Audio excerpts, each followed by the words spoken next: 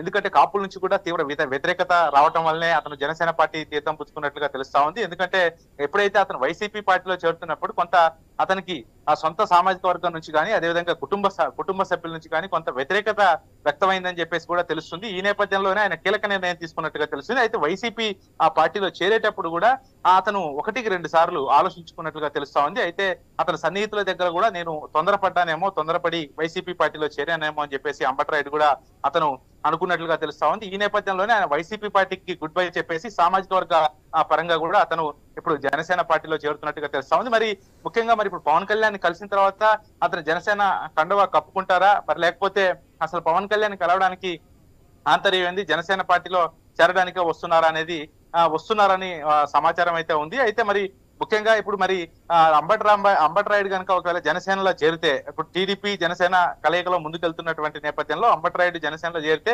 ఎక్కడైనా టికెట్ కేటాయిస్తారా? ఎందుకంటే ఇప్పటికే గుంటూరు పార్లమెంట్ పరిధి నుంచి కూడా ఇప్పటికి నిన్న మనం చూసాం, అతను గల్లా జయదేవ్ ప్రస్తుతం ఎంపీగా ఉన్నారు. ఆయన గల్లా జయదేవ్ కూడా గుంటూరు పార్లమెంట్ కి అతను గుడ్ బై చెప్తున్నట్టుగా కూడా గల్లా జయదేవ్ ప్రకటించారు. మరి గల్లా జయదేవ్ ప్రకటించిన వెంటనే అంబటరాయుడు ప్రస్తుతం ఇప్పుడు జనసేన పార్టీలో చేరుతా ఉన్నారు. ఒకవేళ జనసేన టీడీపీ కలయికలో గుంటూరు పార్లమెంట్ నుంచి ఒకవేళ టీడీపీ నుంచి ఎంపీగా బరిలోకి దిగుతారనే మాత్రం సమాచారం అందుతా ఉంది. మరి కొద్దిసేపట్లోనే పూర్తి వివరాలు తెలిసే అవకాశం అయితే కనబడతా ఉంది.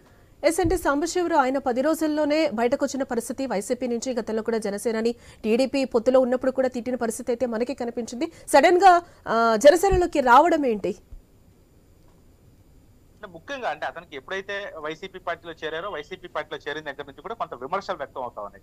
విమర్శలు వ్యక్తం అవుతా కాకుండా సోషల్ మీడియా వేదిక కూడా పూర్తి స్థాయిలో అంబటరాయుడిపై విమర్శలు చేస్తున్నటువంటి పరిస్థితి ఉంది. అదేవిధంగా సొంత సామాజిక వర్గానికి సంబంధించిన వాళ్ళు కూడా పవన్ కళ్యాణ్కి ఎట్లా మీరు పోటీ వస్తారు, వైసీపీ పార్టీలో చేరటం ఏంటంటూ కూడా వాళ్ళు ఆ సామాజిక వర్గం కానీ అదేవిధంగా అతని సొంత బంధువులు కూడా అతన్ని విమర్శించినట్టుగా తెలుస్తా ఉంది. అయితే అతను కొంత డైలామా పరిస్థితిలో పడ్డారు. వైసీపీలో చేరిన తర్వాత డైలామా పరిస్థితిలోకి వెళ్ళారు. డైలామా పరిస్థితిలోకి వెళ్ళిన తర్వాత అతను వైసీపీ పార్టీ